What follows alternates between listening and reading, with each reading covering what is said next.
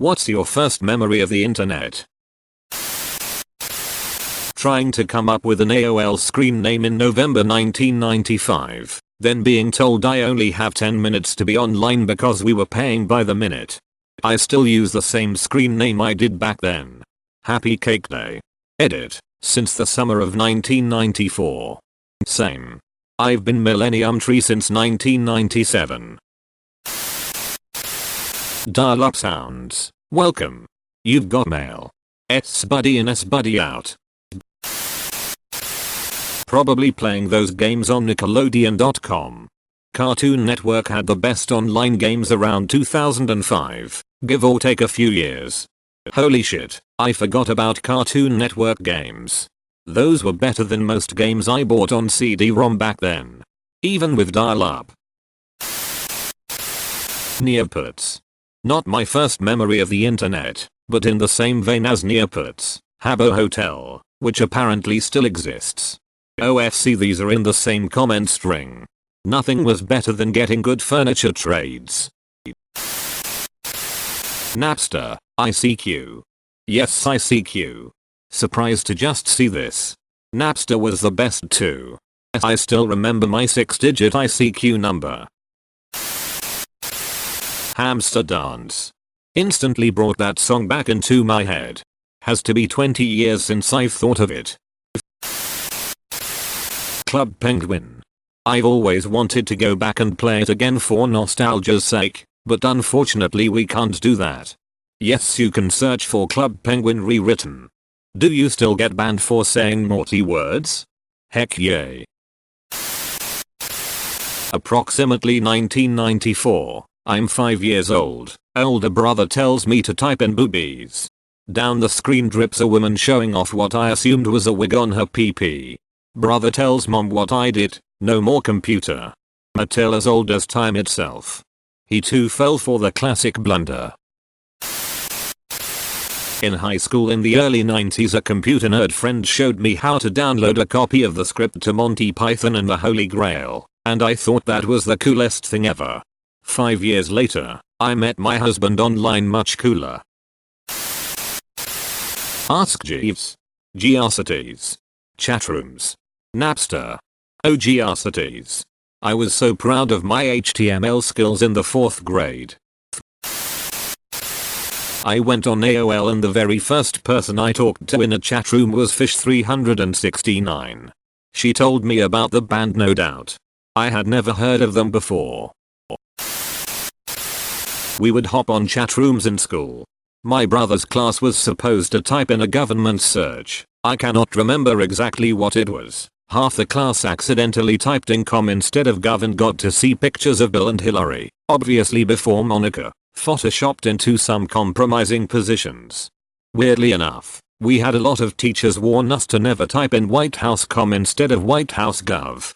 I probably went to middle school in just about the only 2 or 3 year window in human history where it was somehow acceptable for teachers to tell students how to find a porn site.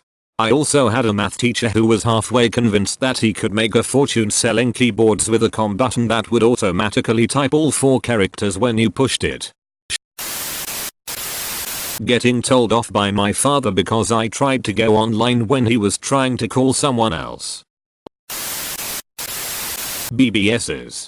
And or games. Legend of the Red Dragon. I'm so grateful for my BBS days. I was an awkward, depressed, and closeted middle schooler who simply didn't know how to connect with others. BBSing allowed me to have actual conversations with people without all the anxiety that went along with being IRL. I'm still pretty close with some of those friends from the early 90s. Searching golden retriever puppies on Google Images at about 8 years old. All I did for about a year after was look at pictures of dogs on Google Images. Clearly a fitting username. Same, but they were poorly made memes that I somehow found funny. The memories of spending hours looking at dog or cat meme. Playing shitty flash games online. Man, those were the times. Playing on Barbie.com with my sister, until my dad needed to use the phone. Barbie.com is the first website I ever created an account on. AOL on Windows 98. Even writing that gives me a nostalgia cocktail. I was just taking about this. Those CDs discs just coming in the mail. It was 1997, and I was excited because AskJeeves.com was apparently capable of answering questions you typed into the search engine. I remember this. I was so excited about the concept of it and very disappointed when I tried it. I actually purchased Netscape in a store. One line at a time took forever to get to see nipple. Around my early teens, Kinder seemed like a novelty at the time, as if nobody knew what it was, or how to make use of it. Our school got online around at that time, but us students rarely got to use it, apart from during the odd project, as the school didn't have that many computers connected either way. I also remember one of the few lucky kids whose parents got internet at home, racked up quite the phone bill in just a few days or so and got yelled at. I remember my best friend intercepting her parents' phone bill before they could see it, then using her savings to pay the entire thing, hoping they wouldn't notice they never received a bill. That was preferable to the yelling grounding she would have gotten if they'd found out how much she'd run up the bill. I remember my older brother came over and hooked it up for us, and the first time we heard that screech from the dial-up my head almost exploded. After it was all set up, I set up an email and started searching for haunted places in Virginia. Sorry, I initially misread as that the first thing you ever did on the internet was search for haunted vaginas and was immediately intrigued. Now I'm kinda let down NGL. I ran into a few pretty scary ones before I was married, but I don't think they were haunted. Kmart Blue Light Special old dial-up service that Kmart offered, if I'm remembering that correctly, while active. A banner took up the bottom fifth of the screen, with an ad my nana was over, and I was showing her the internet as she's looking at the screen. The ad changes to show a Victoria's Secret model. My first memory of the internet was showing my nana tits on the internet. Mine was sitting in a library on a US base near Mannheim, Germany in 1993 and trying to log into the internet for the first time on the library computer. The computer was a 386SX with 1 MB of RAM and what I believe was a 9600 baud modem. It took minutes to load a single page, and that was before most pages had any photos or other non-text content. Playing flash games like on Addicting Games.com before Nickelodeon bought it, and things like Club Penguin. Also stuff on YouTube like Retarded Policeman, Try Not to Laugh, Fred, etc. Sitting in my parents' basement at like 8 or 9 years old, I remember sending my first email. It was a joke to one of my friends. One snake says to another, "Are we venomous?" The other replies, "I'm not sure why, cause I just bit my tongue." Clearly I was a hilarious child. Putting the phone's receiver onto the coupling device, and then enjoying the blistering speed of 110 baud. First memory was seeing the Google homepage. Second memory, at school when I was like 10 when I saw a printout for shiteaters.com lying on the ground. I was way too young to see that shit. I was playing a Blue's Clues game in kindergarten, 99/0, and my parents had me play it once a day for a week. I don't know if they knew about this contest or not, but I remember them saying that I won a trip to Jamaica because of this game. We found out through our AOL email. Got to fly out with like 4 other families, meet the OG Steve, eat ice cream out of bucket, dig up treasure with shovel, actually hunt for clues with Blue, yes, a suit. Whole thing was free save for the gas down and back, some meals, parking spot for the car and souvenirs, and that one magnet I broke in that shop. Sorry ma, I'm convinced I've used all my good luck on this one. RuneScape would later confirm this to be true. I used to be able to tell how fast of a connection I was getting based on the dial-up sounds my modem made. Not that it mattered for AOL. I was a regular in the Star Trek chat rooms. There was a whole community of people who'd role-play as ship crews, complete with anagrams. I was a few months into college and talking about it when one of my friend's classmates said, "Wait, are you?" Turns out we'd become friends twice simultaneously, in both real life and online. I have earlier memories of me going on the internet to listen to music, but the oldest, clear memory I have of the internet is playing a flash game called Moshi Monsters. It's still a thing today, but I remember back when it first launched and I loved it. This isn't directly related, but I've always wanted to tell this story of me as a dumb kid knowing nothing about computers. So my dad showed me the internet, and I looked up Star Fox 64. I thought it was awesome. Forward to a few months later, when I moved.